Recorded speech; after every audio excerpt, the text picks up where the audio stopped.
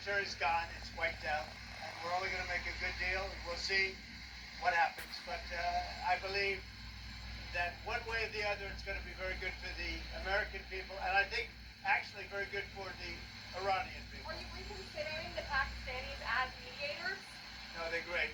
What? I think they're good. I think the Pakistanis have been great. The Field Marshal and the Prime Minister of Pakistan have been absolutely great. Mr. President, what is your message to President Xi as it relates to the Iran war? Well, I think number one, we're going to have a long talk about it. I think he's been relatively good, to be honest with you. You look at the blockade, no problem. They get a lot of their oil from that area. We've had no problem. And he's been a friend of mine. He's been somebody that we get along with.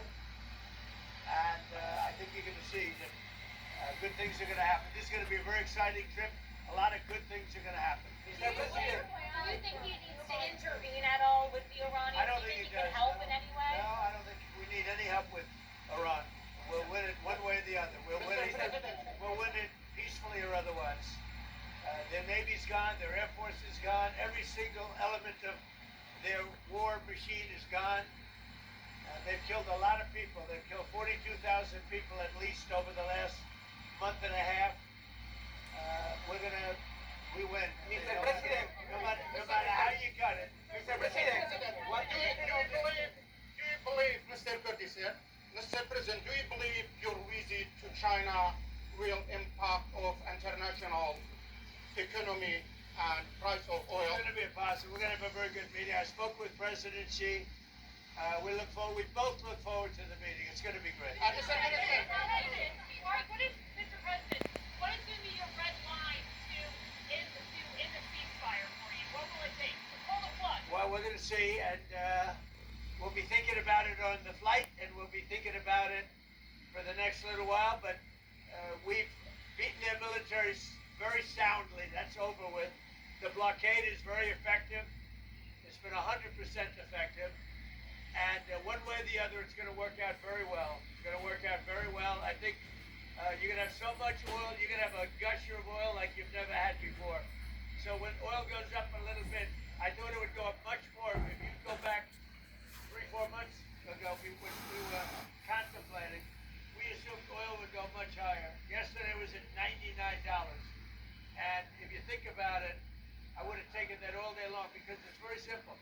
Iran cannot have a nuclear weapon. They will not have a nuclear weapon. They know that. They've agreed to that.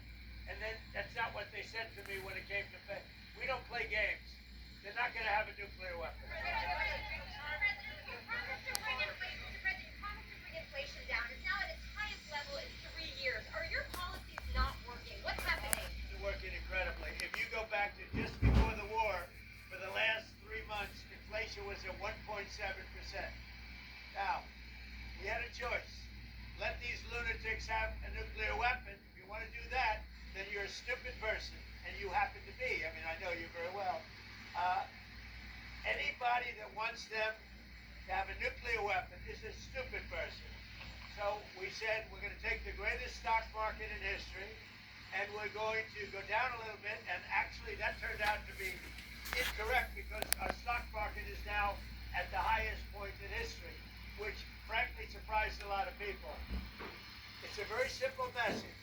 Iran cannot have a nuclear weapon, and they won't have a nuclear weapon, and that's 100%. Their Navy is gone, their Air Force is gone, their anti-aircraft is gone, their radar is gone, their leaders are gone. They're all gone. Iran will not have a nuclear weapon.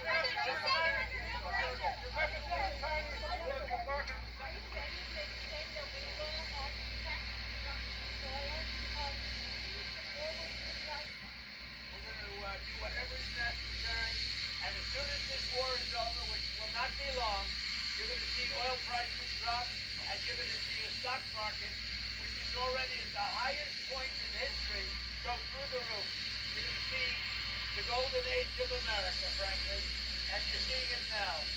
So, as soon as this is, don't forget, you have hundreds of ships that are loaded up with oil that want to come out. As soon as they come out, we're going to have a gush of oil, and you're going to have inflation that goes way down. Now, with all of this, inflation is much lower than it was under Biden. Biden had the highest inflation in the history of our country. Inflation is nothing by comparison, but our inflation is just short term. Because if you go from just before the war, we were for the last 3 months 1.7%. And now what you have is as soon as this war is over, you're going to see inflation go down to probably 1.5%.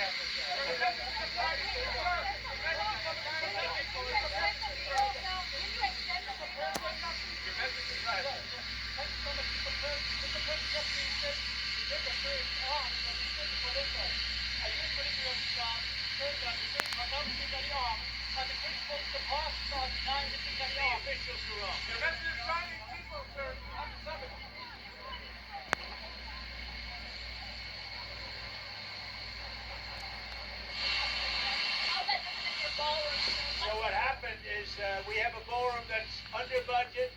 It's going up right here. I've doubled the size of it because we obviously need that.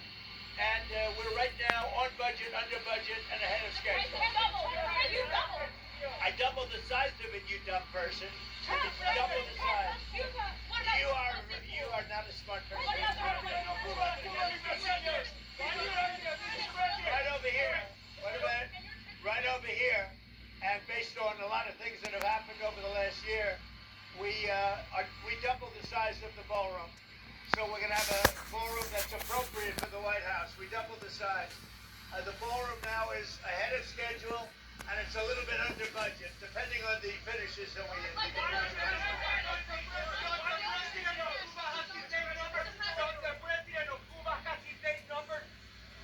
Well, they're not doing well. Cuba is not doing well. It's a failed nation, and we'll be talking about Cuba at the right time.